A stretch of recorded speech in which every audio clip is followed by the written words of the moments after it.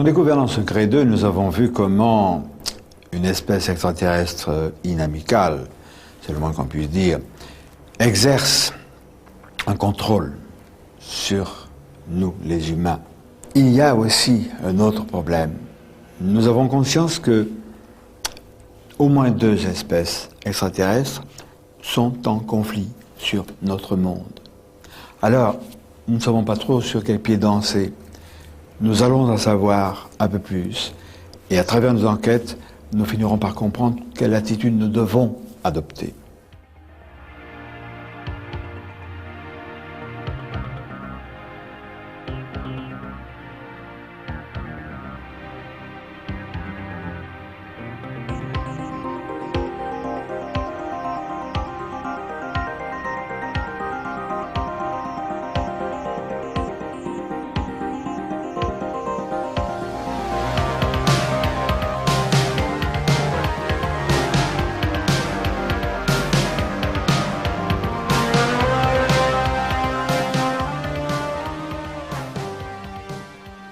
Les contacts peuvent être uniquement visuels. Nous allons nous rendre à Genève, ville internationale par excellence, pour y rencontrer mon confrère et ami ufologue Rolf Vollmer, qui lui va nous parler d'un cas très étrange sur lequel il a personnellement enquêté.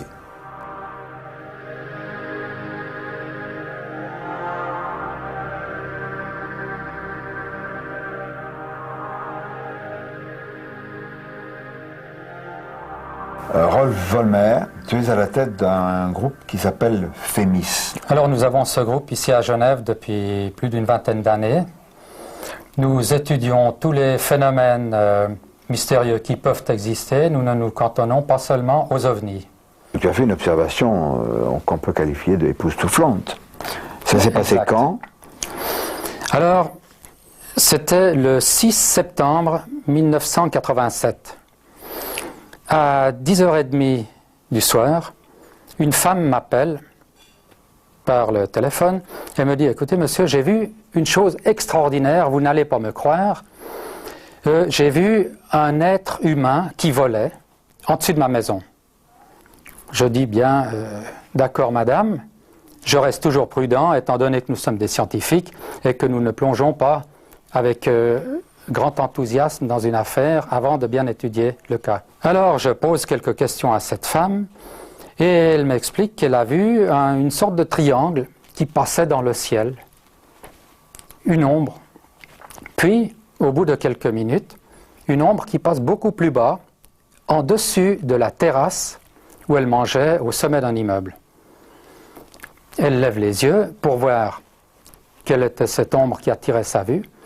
Elle voit en face, en dessus du toit de l'immeuble, quelque chose qui tourne et qui s'arrête à une petite distance en dessus du toit. C'était curieux, elle regarde, elle se dit, mais une chauve-souris, mais c'était énorme. Et ça s'est vraiment arrêté.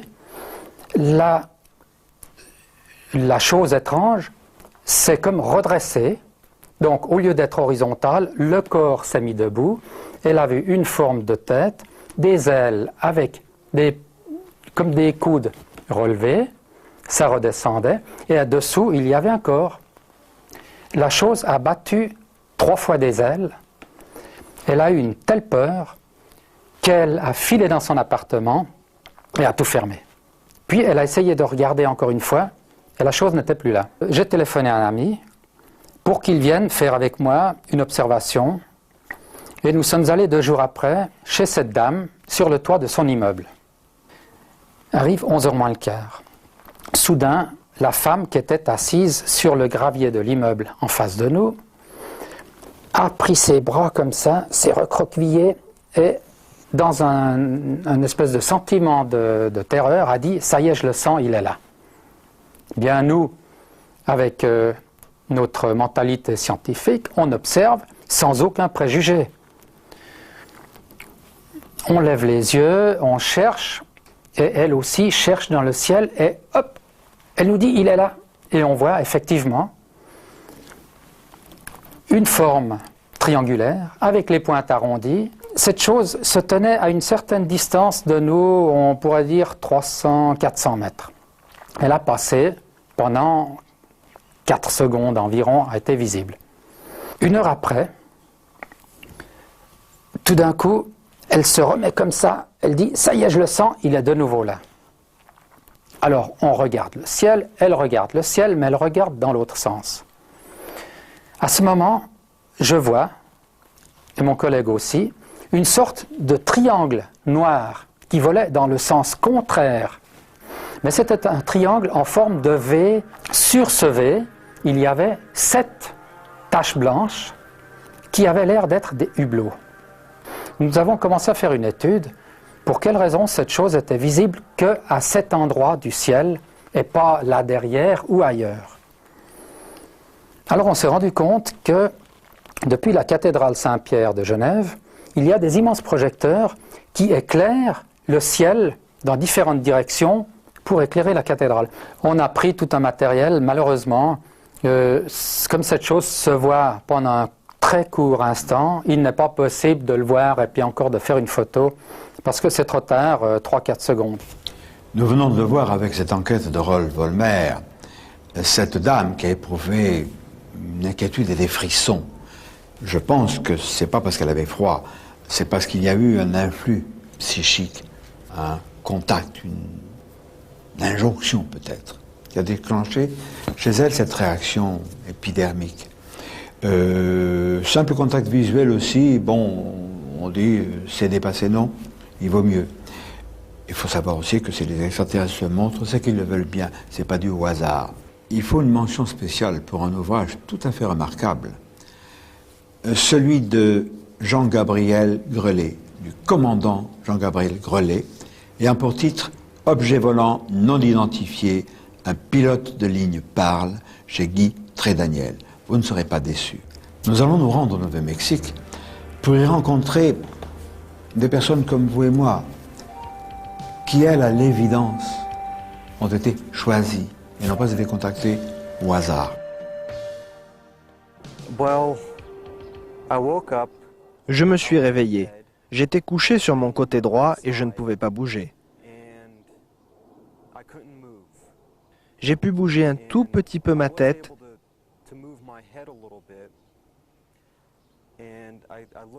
et j'ai pu voir au-dessus de mon épaule droite ces 3 silhouettes blanches.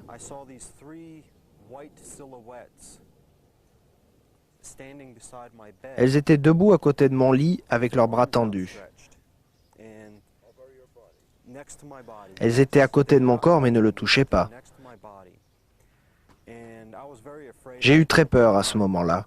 Je ne pouvais pas crier. J'ai essayé, mais je ne pouvais pas bouger.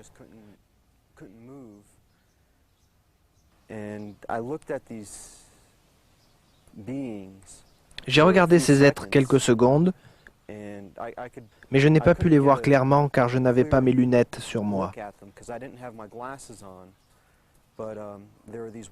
Ces 3 silhouettes n'étaient pas si hautes que ça, puisque je ne regardais pas vers le haut pour les voir, mais juste sur le côté alors que j'étais couché. Il m'est apparu qu'elles avaient de grands bras, mais je n'ai pas vu de doigts ou de choses comme ça. Ça m'est arrivé entre le printemps et l'été de 1987. Au même moment, mes points d'intérêt ont commencé à changer. Je suis devenu plus intéressé par la nature, apprendre comment survivre. J'ai voulu apprendre les arts martiaux.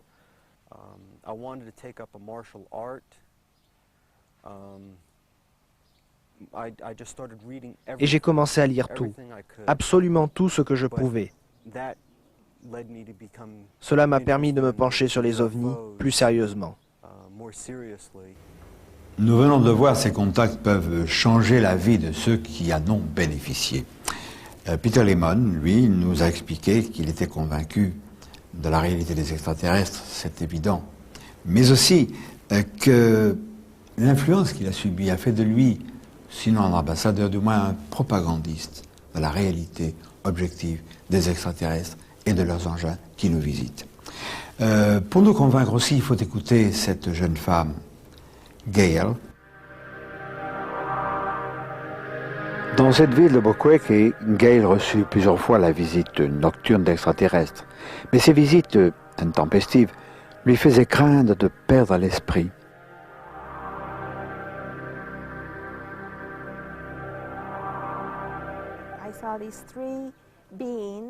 J'ai vu ces 3 êtres ou extraterrestres devant mon lit.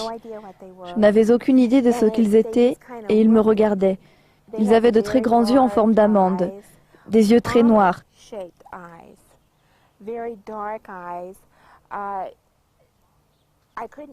Je ne pourrais pas dire s'ils avaient un uniforme ou si c'était leur peau. Mais c'était d'une texture blanche argentée.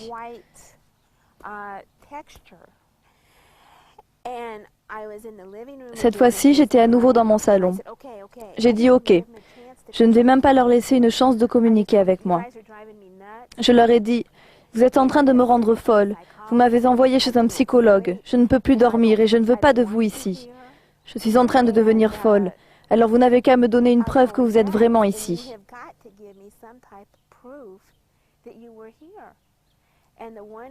Alors celui du milieu m'a dit qu'à 2 semaines de ce jour, il y aurait une mutilation de bétail dans le nord de cet État. Et ce serait alors ma preuve. Dans 2 semaines, à partir de ce jour. J'ai dit OK, et ils ont comme parlé entre eux. Et la chose suivante dont je me rappelle, c'est que je suis retournée dans le lit, j'ai commencé à rêver, et le lendemain, je me suis réveillée, j'ai pensé, oh mon Dieu,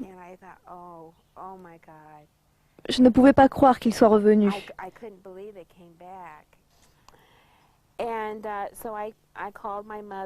Donc j'ai appelé ma mère, j'ai appelé le psychologue, j'ai aussi appelé mes bons amis.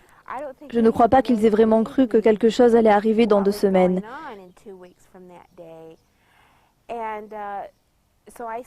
Donc j'ai dit, marquez sur vos calendriers, et on verra si ça arrive. 2 semaines, jour pour jour, première page d'un journal. Vache mutilée à Dulce, au Nouveau-Mexique. C'est dans la partie nord de l'État. Je n'arrivais pas à y croire. J'ai pensé, oh mon Dieu. Ma mère m'a appelée et m'a dit, Gail, tu as vu le journal? Et j'ai répondu, oui. Je suis descendue et je l'ai acheté.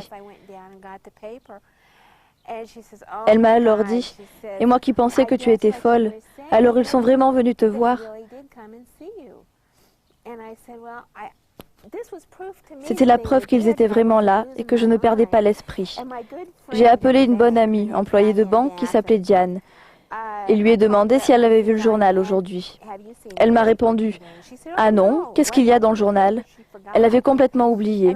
Je lui ai dit, « Regarde ton calendrier. » Elle a regardé. « Oh, c'est aujourd'hui !» J'ai dit, « Oui, va acheter le journal et rappelle-moi. » Il n'y a pas eu 5 minutes avant qu'elle me rappelle et qu'elle me dise, « Gail, nous ne sommes plus amis. Je ne veux plus rien avoir à faire avec toi. » La réaction de cette jeune femme est quand même aberrante. Elle refuse de voir désormais son amie qui, elle, témoigne de ce qu'elle a vu. De tels revirements, de telles situations confuses expliquent pourquoi les extraterrestres ont besoin de se montrer, de parader un peu, d'insister pour multiplier les témoignages et multiplier la répartition de ces témoignages dans les diverses couches de la population. Aux États-Unis, à Richmond, en Virginie, nous nous sommes rendus au congrès du MUFON. Le MUFON, ça veut dire Mutual UFO Network, c'est-à-dire, on peut traduire ça par réseau mutuel concernant les ovnis.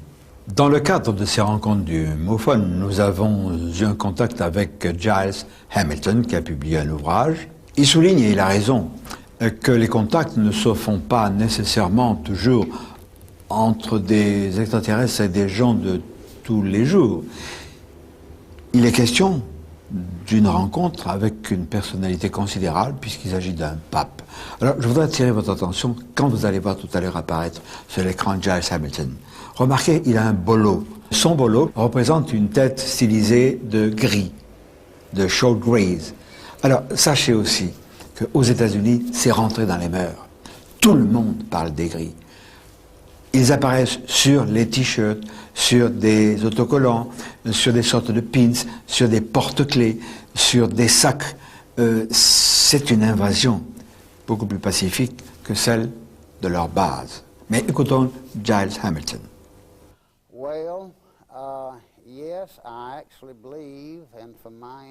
Je crois, d'après les informations que j'ai, qu'ils viennent pour nous aider et nous sauver. Et le pape Jean XXIII, c'est supposé être dans son journal, aurait prédit qu'ils atterriraient. J'ai oublié la date exacte. En 1995, ce qui n'est pas si éloigné. Je crois que c'est en juin, on peut me corriger si je me trompe, mais je pense que c'est le 6 juin 1995. Ils commenceront à atterrir et à nous aider. Ils arrêteront tout ce qu'il y a de mauvais ici sur notre planète Terre. Les extraterrestres ne se contentent pas de parader et de nous montrer leur présence. Ils nous délivrent aussi des messages. La plupart, il faut le dire, des messages inquiétants sur l'avenir de notre monde, on le sait. Des messages relatant des images de destruction, mais aussi de renouveau. Il y a quand même une notion d'espoir. Et Peter et Gail, eux aussi, n'ont pas échappé à cette expérience de messages venus d'ailleurs. J'ai commencé à avoir le sentiment que quelque chose allait arriver. Quelque chose de mauvais allait arriver, mais ce qui en ressortirait serait quelque chose de vraiment très beau. Je ne suis pas très sûr de ce que leur plan est. J'aimerais le savoir.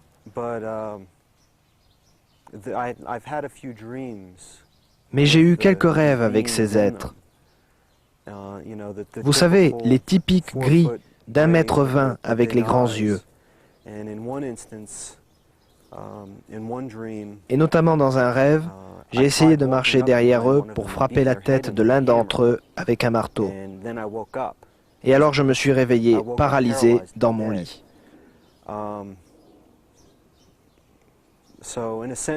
Donc, dans un certain sens, je suis hostile envers eux. Et je ne suis pas vraiment sûr de leurs intentions nous concernant. Et quand ils vous parlent, c'est comme si c'était programmé. Mais leurs lèvres ne bougeaient pas. Avec eux, c'était uniquement de la communication télépathique. Il y en avait 3. Et j'ai senti que c'était celui du milieu qui faisait toute la communication. Les 2 autres, je ne savais pas ce qu'ils faisaient, à part peut-être protéger celui du milieu.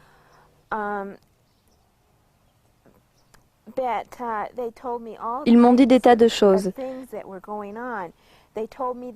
Ils m'ont dit que la Lune, notre Lune, a été placée là pour l'aventure humaine et pour acquérir un meilleur savoir dans le domaine des voyages dans l'espace. De plus, ils ont une base là-haut, depuis des années et des années. Ils m'ont dit que je me devais de penser à eux comme à des ancêtres, d'une certaine façon. Ils m'ont dit qu'ils nous avaient mis ici sur la Terre pour progresser et prospérer. Il y a quelqu'un qui m'a fait faire une régression hypnotique ici, à Albuquerque. C'était il y a 6 ans. Au cours de cette régression, il a été évident que j'avais été emmenée dans un vaisseau. Cela car je me suis rappelé avoir regardé vers le bas, en direction de notre planète. J'ai pu voir des sortes d'explosions dessus. Et puis il y a eu comme si un rideau la recouvrait. Mais le rideau s'en va, et c'est splendide à nouveau. C'est une planète magnifique, sans pollution. Nous avons peut-être une certaine réticence à admettre ces extraterrestres un peu paternalistes qui ont guidé nos premiers pas. Moi, ça ne me choque pas. Il y a déjà longtemps, quand j'écrivais Les soucoupes volantes bien dans notre monde, que dans le documentaire, j'ai abordé les domaines de l'histoire très ancienne, dans la proto-histoire, il en est question, et ils étaient paternalistes, c'est vrai. Il y a eu des problèmes également graves d'hostilité entre des espèces qui se trouvaient sur la Terre. Je crois que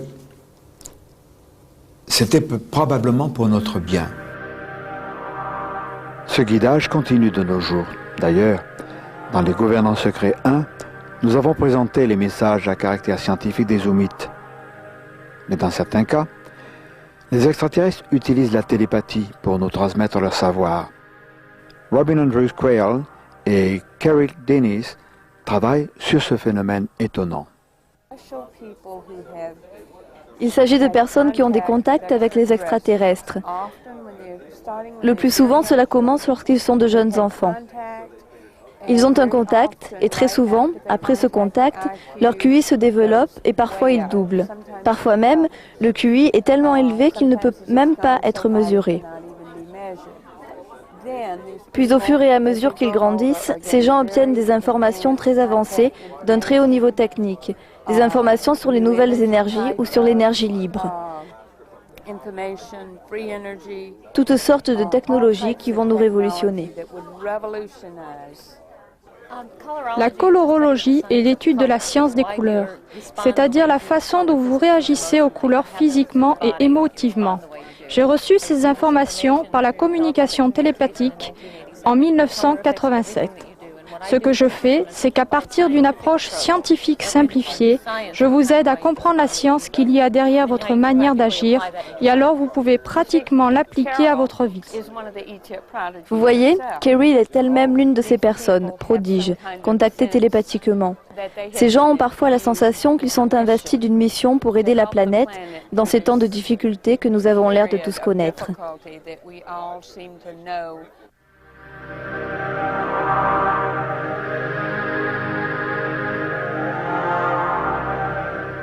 À Genève, nous avons rencontré Rauni Leena Luukkanen-Kilde, qui fut ministre de la Santé en Laponie.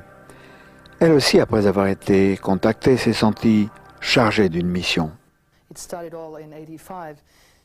Tout a commencé en 1985 lors d'une conférence sur la parapsychologie. Ce qui est intéressant, c'est que j'ai rencontré un docteur qui prétendait voyager en ovni. J'ai dit « Je ne peux pas vous croire ». Alors je l'ai défié. Si c'est vrai, emmenez-moi avec vous. Après tout, je suis l'une de vos collègues. Il m'a demandé où je vivais et je lui ai répondu que je vivais en Laponie, dans le cercle arctique, en Finlande, et qu'il y avait un endroit parfait pour atterrir à côté de ma maison, que les Laponais n'ont jamais rien vu. Et donc, ils ne seront pas surpris. Il m'a répondu qu'il devait demander la permission. 2 mois passent et j'étais en train de lire un livre avec une amie dont le titre était « Premier contact ». Je lisais un petit poème et en regardant par la fenêtre, j'ai vu à une centaine de mètres de nous un ovni qui planait à une centaine de mètres de hauteur. Ce qui m'a le plus surpris, c'est que toutes les deux nous avons complètement paniqué. Une panique totalement hystérique. Je me rendais compte que j'étais confrontée à des dimensions que je ne maîtrisais pas. Tout ce que j'ai pu dire, c'est « S'il vous plaît, ne venez pas ». C'est resté immobile une quinzaine de minutes et il est parti en s'envolant. Bien sûr, on a expliqué ça comme tout le monde. C'était la lune ou quelque chose comme ça. Le lendemain matin, j'ai lu les journaux Lapon. Une centaine de personnes avaient vu cet ovni ou une lumière. Des jours ont passé et les forces aériennes de la Laponie ont dit qu'il s'agissait d'une fusée soviétique. Fusée qui serait restée 15 minutes en face de moi pour me dire « Hello » et qui aurait ensuite continué. Alors j'ai su que c'était un ovni. Mais je ne savais pas que cette fois-ci j'avais été enlevée. C'est apparu 3 ans plus tard quand j'ai été hypnotisée. Ça a été une surprise complète pour moi et c'est pourquoi je sais qu'il y a beaucoup de contactés qui ont été enlevés et qui ne le savent pas. Rauni, pouvez-vous nous raconter votre étrange accident? Oui, j'ai eu d'incroyables expériences où les extraterrestres ont sauvé ma vie 3 fois. Une fois en 1985, je conduisais ma voiture et j'ai été percutée par un car. Ma voiture était complètement brisée et moi de même. Après une demi-heure d'inconscience, j'ai ouvert les yeux et j'ai vu une petite entité, une sorte de silhouette brune. Je ne pouvais pas dire qu'il s'agissait d'un mâle ou d'une femelle. Elle me faisait des mouvements de guérison au-dessus de mon foie. Et après, j'ai découvert que mon foie saignait, que j'avais été touchée durement. Personne d'autre ne l'a vu. J'ai cru au départ que c'était quelqu'un, mais on m'a dit non. Il n'y a personne d'autre quand j'ai demandé qu'on l'emmène dans l'ambulance. Une autre fois, je conduisais seule une voiture en Laponie, quand un élan a sauté depuis la forêt en direction de ma voiture. J'ai alors pensé c'est la mort. Un mur invisible est venu entre l'élan et moi et a rejeté avec force l'élan en arrière dans les airs de 4 ou 5 mètres, ce qui est à nouveau impossible d'après les lois physiques. La troisième fois, je n'avais pas l'habitude de conduire une moto. Alors j'ai poussé les gaz à fond et je suis partie dans les airs. J'ai commencé à tomber sur l'asphalte et bien entendu, la moto redescendait droit sur mon thorax et j'ai pensé, ça y est. Elle s'est arrêtée dans les airs, a fait un tournant à 90 degrés et s'est écrasée à côté de moi. Donc, on m'a sauvé la vie 3 fois d'une mort certaine. Rani Luukkanen, de par ses expériences vécues, tout à fait étonnantes, reconnaissons-le, est devenue l'ambassadrice, ou une ambassadrice de ces extraterrestres. Ses conférences à travers le monde et les nombreux articles de presse qui lui sont consacrés démontrent son évidente détermination.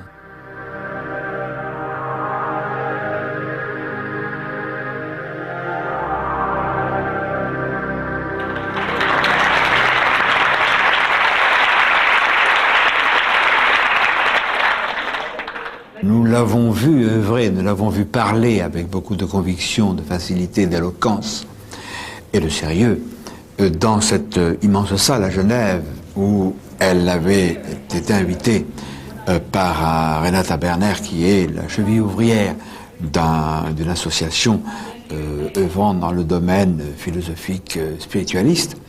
Et elle nous a délivré également le message de ces êtres avec lesquels elle a été souvent en contact.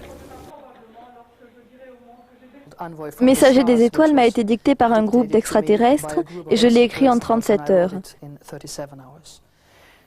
Et cela explique nos relations depuis cette planète, avec les autres galaxies, pourquoi ils font des manipulations génétiques, qu'est-ce que c'est qu'un être humain. Cela explique aussi le fait que nous soyons des personnalités multidimensionnelles.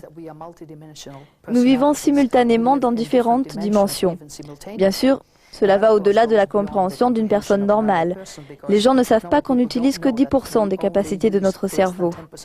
Et on ne sait pas non plus que plus de 80% de notre cerveau est fait d'eau. Et les gens ne savent pas non plus qu'on ne connaît que 1% de l'univers. Et avec ces toutes petites capacités, on essaie de comprendre l'univers tout entier. Mais on le comprend un petit peu et on s'ouvre à d'autres réalités et c'est le bon moment.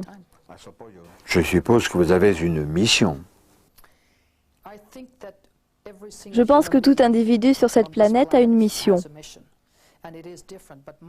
Et ma mission est de dire que nous ne sommes pas seuls dans l'univers et que la mort n'existe pas. En ce qui concerne les manipulations génétiques, est-ce qu'elles sont accomplies avec la permission des êtres humains? Absolument. Je suis un docteur en médecine et j'ai été le sujet de ces manipulations génétiques comme toute autre personne qui a été enlevée. C'est pour notre bien. C'est comme amener un enfant chez le docteur.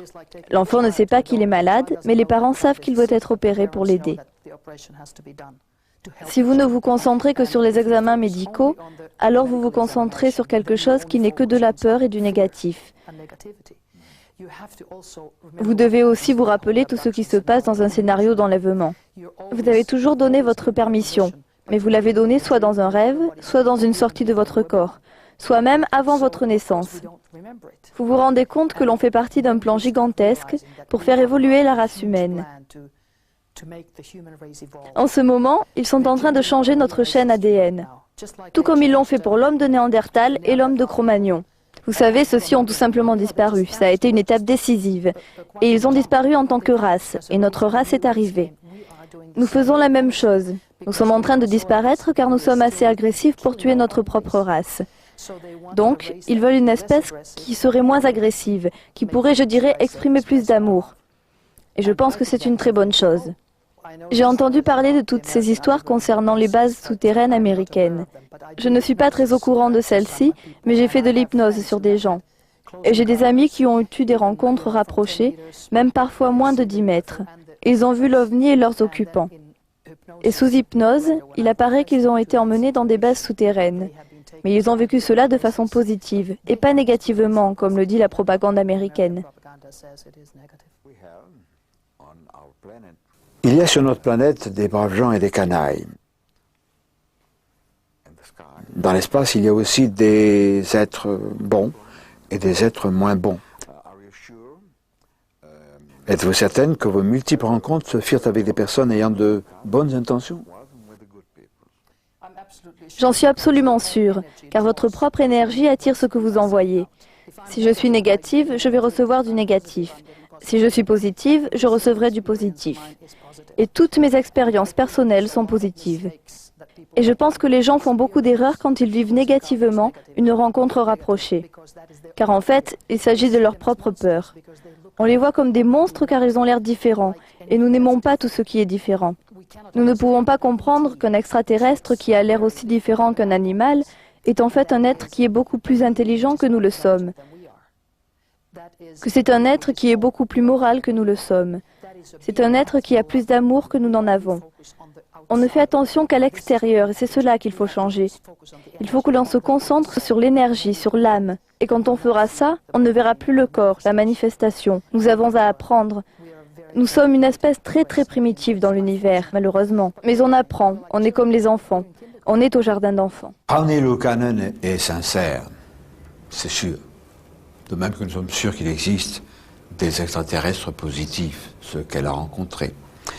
Cependant, il existe aussi des extraterrestres négatifs, les gris par exemple. Dont Raoni nous dit que si nous avons avec eux des épreuves, c'est pour notre bien, pour qu'on évolue. Je n'y crois pas du tout. Je crois à tout ce qu'a dit Raoni. Elle l'a vécu. C'est son expérience, c'est une expérience. Mais les gris, c'est autre chose. Et je crois qu'il faut être prudent. Il existe des bons, il existe des mauvais. Comme sur la Terre, il y a de braves gens et puis il y a des canailles. Alors, soyons prudents. Et nous allons écouter Vladimir Terziski, que nous avons rencontré aux États-Unis, au Congrès du Mophone, à Richmond, en Virginie, qui lui va nous parler, entre autres, des Illuminati. Nous, en Europe, nous disons les Illuminés de Bavière. Une société secrète, au moins discrète, fondée au XVIIIe siècle, donc en Europe. Les historiens des sociétés initiatiques ou secrètes, du moins certains d'entre eux, semblent vouloir minimiser l'importance de ces Illuminati, qui ne sont pas très clairs. Je pourrais même dire, semble-t-il, que derrière eux, il y a quelque chose d'extrêmement sombre, pour ne pas dire noir. Alors écoutons Vladimir Terziski. J'ai une formation d'ingénieur et de physicien. J'ai une licence de physique et une maîtrise d'électronique de l'université de Tokai à Tokyo. J'ai été fasciné par les engins volants et l'antigravitation. Et de là, je me suis intéressé aux ovnis. Il y a des rumeurs persistantes selon lesquelles le sous-marin Nautilus, décrit par Jules Verne, serait un projet secret des Illuminati. Ça aurait été le premier engin sous-marin qui aurait utilisé un système de propulsion très avancé. Il y a des rapports selon lesquels les aéronefs fantômes des États-Unis au XVIe, XVIIe et XVIIIe seraient les premières expériences de navigation aérienne des Illuminati. C'étaient des dirigeables combinant l'antigravité ou l'énergie nucléaire ou l'énergie libre. Vous croyez qu'ils ont obtenu une formation technique de la part des extraterrestres? Mon impression est la suivante. À la façon dont je conçois l'administration de l'univers et comment les espèces avancées aident et éduquent les espèces inférieures, c'est-à-dire les civilisations qui sont derrière eux dans l'évolution, est que cela se fait le plus souvent en créant des sociétés secrètes. Les sociétés secrètes sont créées pour cela, pour être une interface entre notre civilisation terrestre et d'autres races extraterrestres. Et différentes sociétés secrètes ont affaire avec différentes races d'extraterrestres. Je suis très intéressé par la technologie avancée qu'ont développée les Illuminati. Ils ont voyagé en soucoupe durant ce siècle. Des histoires relatent qu'ils ont atterri sur la Lune entre le XVIIIe et le XIXe siècle en combinant des fusées antigravitationnelles et des soucoupes. Les Illuminati américains auraient eu des soucoupes très avancées avant la Deuxième Guerre mondiale. Ce qu'on voit dans Star Trek n'est pas la science-fiction. C'est un projet secret des Illuminati. La fondation Rockefeller a construit des soucoupes propulsées par énergie nucléaire pendant plus de 50 ans. La fondation Rockefeller, voilà qui nous rappelle la sinistre trilatérale dont nous avons parlé dans les gouvernants secrets numéro 2. La trilatérale et Rockefeller, c'est quelque chose d'extrêmement important parce que cette organisation, cette pieuvre gigantesque, a coquiné, complice des CFR, le Conseil des Relations étrangères, toujours contrôlé par Rockefeller, et par les Bilderberg en Europe, c'est tout la même bande. Ces organismes trilatérales, CFR et Bilderberg, sont en connexion directe ou indirecte avec le MJ12, le gouvernement secret de notre planète, et à l'étage inférieur se terrent les gris. L'ennui, c'est que, nous l'avons vu, il y a des extraterrestres bons, d'autres qui ne le sont pas, etc. Il y a des traîtres à l'espèce humaine qui pactisent avec eux, qui manipulent qui et pourquoi. Ça me rappelle un peu la dernière guerre à laquelle j'ai hélas participé, où il y avait les nazis et des salopards de Français qui collaboraient avec eux. C'était les collaboraux, ceux que j'appelle aujourd'hui des traîtres à l'espèce humaine, car ils ne collaborent pas avec un ennemi terrestre, ils collaborent avec d'autres. Puis il y a ceux qui s'en foutent de la collaboration, il y a ceux qui s'intéressent au business. Et alors nous avons des individus qui jouent les envoyés, non pas du Seigneur, mais qui, sous couvert de contacts, de rencontres, voire de repas avec la Vierge Marie, avec Mahomet, avec Moïse, etc. Moi, j'ai des relations, ce ne sont pas les mêmes. À la faveur de ces rencontres guidées par des extraterrestres dont ils sont les messagers, organisent des partous et font participer les enfants. Alors là, j'espère qu'un jour la justice descendra sur la terre et qu'on s'occupera d'eux. Laissons cette racaille, laissons cette pourriture. Revenons aux sources. Et les sources, au moins des contacts, à notre époque moderne, c'est George Adamski, aux États-Unis, en 1951.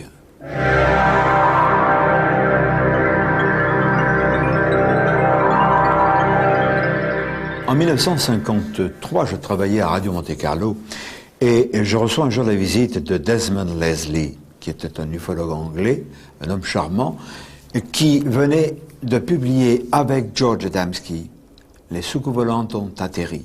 Ça, c'est une réédition chez J'ai lu. Alors, j'ai donc appris qui était Adamski. On l'appelait plaisamment le professeur, mais on ne savait pas qu'il n'était pas professeur.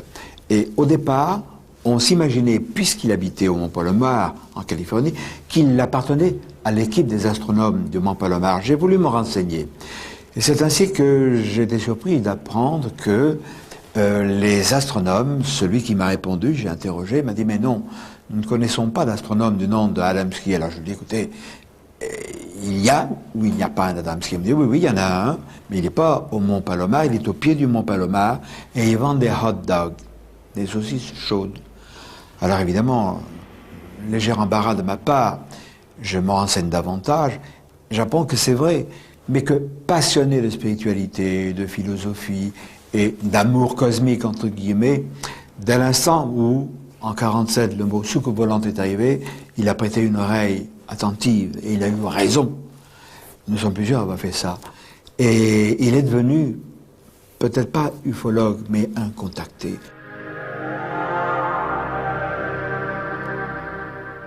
Imaginons cet homme qui, de par son amour cosmique, voyait des frères de l'espace un peu partout, qui voit un engin atterrir, qu'il envoie sortir un individu, jeune d'apparence, grand, bien bâti, avec de longs cheveux blonds, un spacesuit, un vêtement collant et des guêtres rouges, puisque ça ressemblait un peu à un vêtement, à un pantalon de golf. Il est bouleversé. Cet être lui dit, par télépathie, nous sommes vénusiens. Pourquoi voulez-vous qu'il ait pu en douter? Et c'est là que le mensonge commence. Non pas de la part d'Adamski, mais de la part de ses visiteurs qui l'ont trompé. Nous savons bien qu'il n'y a pas d'être pensant sur Vénus, surtout à notre image. 450 degrés à l'ombre, on pourrait faire cuire plus que des pâtes, voyez-vous. Donc, éliminons cette notion de vénusien. Ces êtres de bonne constitution pacifiques à l'évidence, ont trompé Adamski. Peut-être que c'était... Moi, je me rappelle toujours quand il y a des histoires de contact avec quelque chose qui embarrasse, une chose étonnante que cette jeune femme que j'appelle Manuela, dans certains de mes bouquins, qui me renseigne sur ce qui se passe au Brésil, elle m'a dit, n'oublie jamais que dans les grands cas de contact, rencontre troisième type et autres, il y a 9 ans sur 10 le germe de sa propre autodestruction. Et l'autodestruction du cas Adamski, c'est l'histoire de Vénusien qui ne tenait pas debout. Donc, il y a eu manipulation d'Adamski par les extraterrestres. Et puis après, évidemment, la sourde oreille des autorités, etc., etc. Mais son cas est vrai.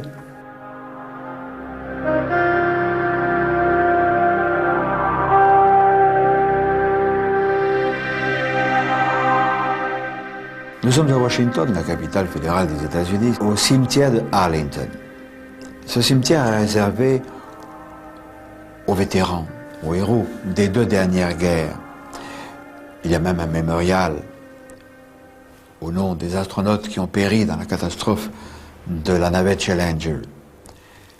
C'est donc des personnalités qui ont été honorées pour service rendu en quelque sorte à la patrie. Il est vrai que George Adamski, ce modeste petit commerçant du pied du mont Palomar, après son contact, a été reçu par des têtes couronnées en Europe. La reine des Pays-Bas l'a reçu. Il n'a pas été reçu par le pape, mais disons dans l'antichambre, par une porte dérobée. Et quand il est revenu, il avait un paquet sous le bras, ça a intrigué les personnes qui l'ont vu. Il a eu une existence tout à fait particulière. Est-ce suffisant pour être enterré à Arlington parce qu'il a fait la Première Guerre mondiale? La plupart des ufologues ont été surpris qu'il soit enterré comme un héros militaire. La tombe d'Adamski, bien modeste, comme toutes les autres d'ailleurs, la plupart, est dans l'alignement nord de la tombe de John Fitzgerald Kennedy. Kennedy, dont on sait bien qu'il a été assassiné, c'est évident, mais très probablement aussi pour une raison, une connexion avec les extraterrestres.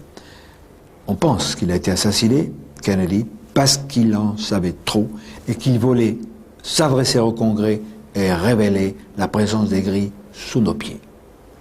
Il n'a pas pu le faire. George Adamski, lui, a tenté de briser le mur du silence. Il est parvenu d'ailleurs, et c'est pour ça que nous lui sommes redevables de beaucoup de reconnaissance. Rani Lukanen Kilde, elle aussi, nous parle de ce complot, de cette conspiration du silence, qui continue aujourd'hui. Pour moi, il est presque criminel de n'avoir pas dit aux gens ce qui s'était passé lorsque les premiers astronautes sont allés sur la Lune. Ils ont été suivis par des ovnis et des humanoïdes. Et on sait qu'il y a des photographies qui montrent de la vie, même dans notre système solaire. C'est une question tellement importante, c'est une question militaire, c'est une question économique, une question psychologique. Imaginez ce que disaient les rapports top secrets de l'OTAN en 1964. C'était tellement top secret qu'uniquement ceux qui avaient l'autorisation top secret cosmique pouvaient les lire à l'époque. Ils n'en ont fait que 50 copies, et maintenant ils sont accessibles. La principale raison justifiant le secret et le silence gouvernemental est la question théologique. Cela concerne la religion, car celle-ci s'effondrerait. Par peur d'une panique théologique, religieuse et autres, les autorités paternalistes nous cachent la vérité. Elles nous le cachent, même depuis plus de 2000 ans. Dans Les secours volantes viennent de l'autre monde, j'ai étudié les textes sacrés, proto-historiques. Mon confrère et ami Richard Nolan, toujours chez Vaugirard, vient de publier cette étude où il me rejoint parfaitement. C'est depuis très longtemps qu'ils sont chez nous, qu'ils s'occupent de nous. J'ai dénoncé le blackout sur les secours volantes.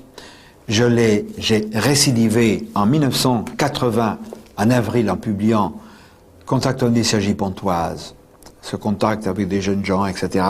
Tout le monde sait ça, qui a été vilipendé, que des canailles de la science ont traîné dans la boue, qu'un certain individu, à la solde du GEPAN, et aujourd'hui du CEPRA, a lui aussi traîné dans la boue en disant canular, etc., annonçant des inculpations imminentes en 1980.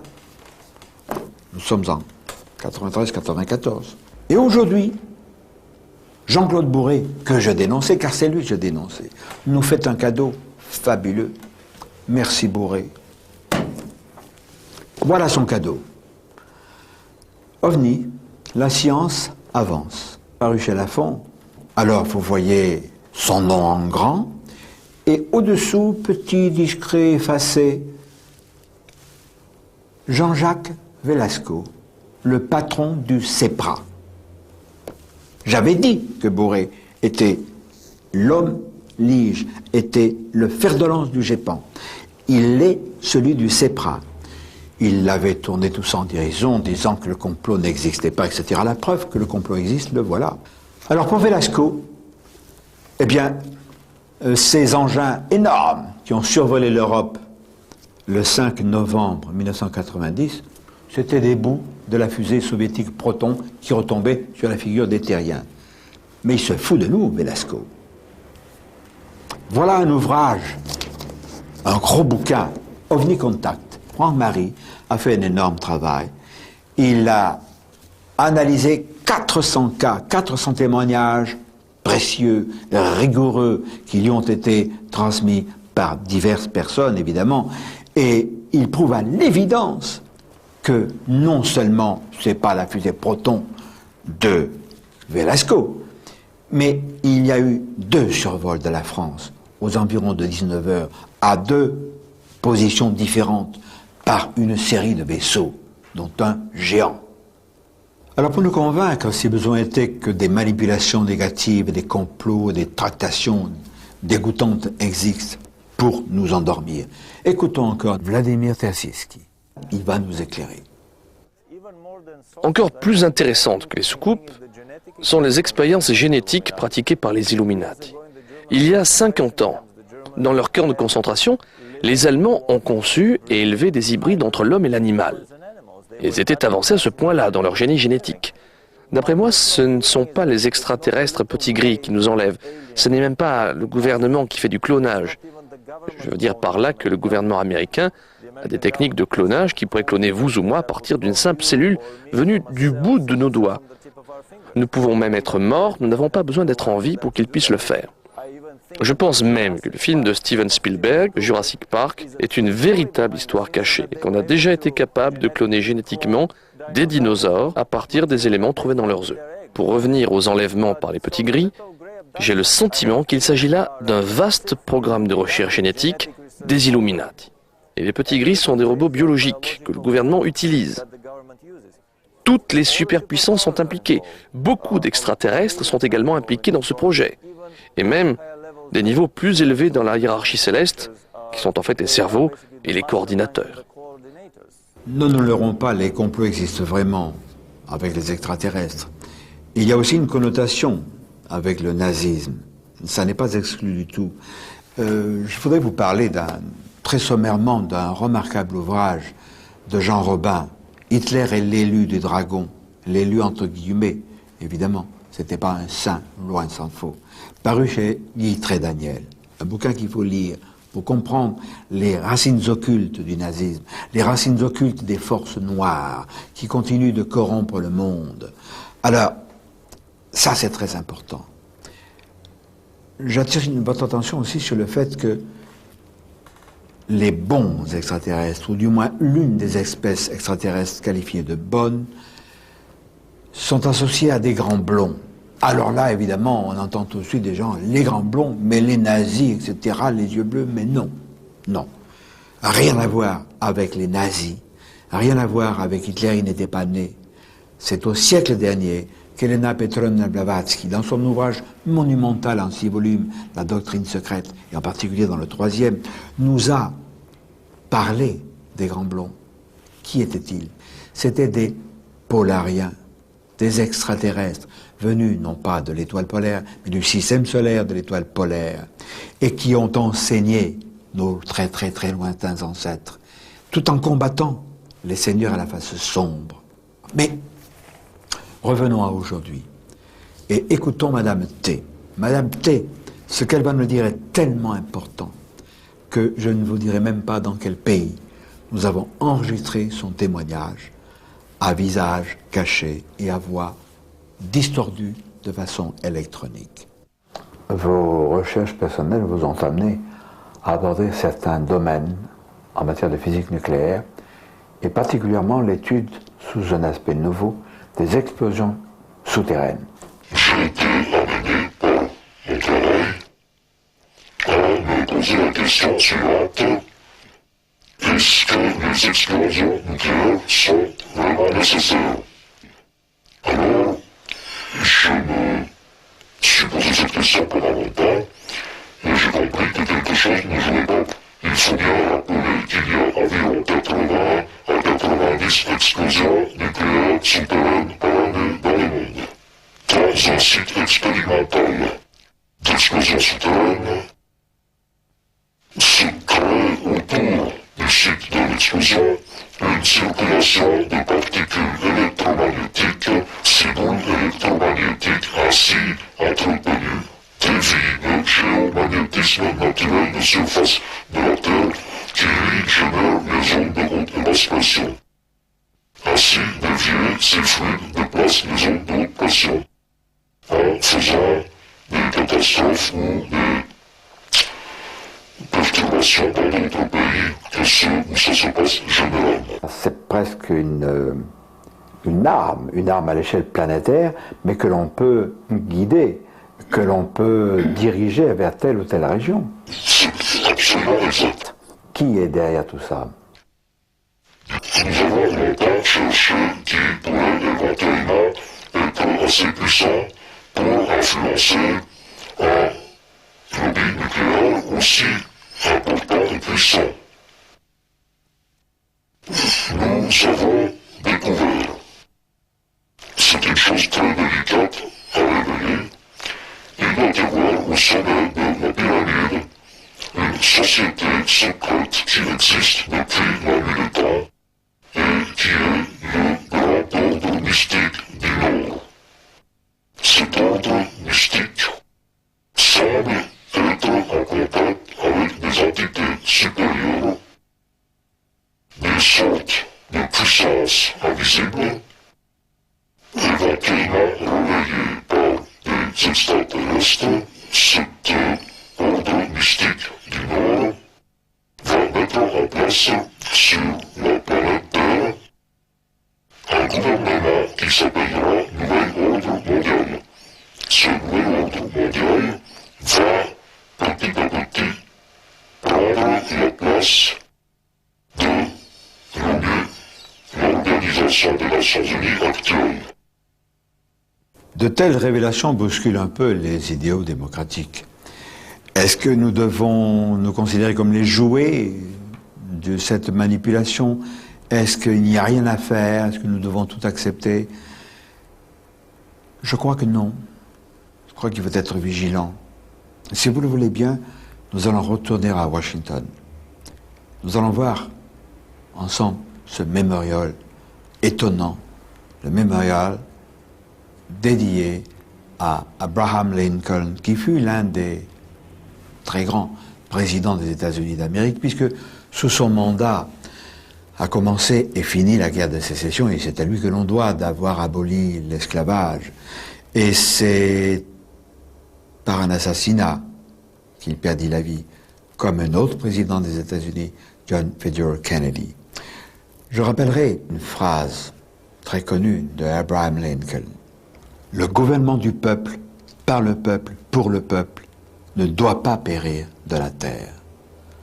Alors est-ce que c'est, on va dire que je rêve, est-ce que c'est un signe que nous devons entendre comme ayant été jeté sur notre ligne de temps par un illustre personnage qui n'était pas lui-même au courant de toutes ces choses mystérieuses, de ces complots, de ces contacts avec des êtres, mais il est bien question d'un gouvernement du peuple, par le peuple, pour le peuple, qui ne doit pas périr. C'est la lutte du pot de terre contre le pot de fer. Mais moi, j'ai une arme. Et nous sommes un certain nombre à avoir une arme redoutable.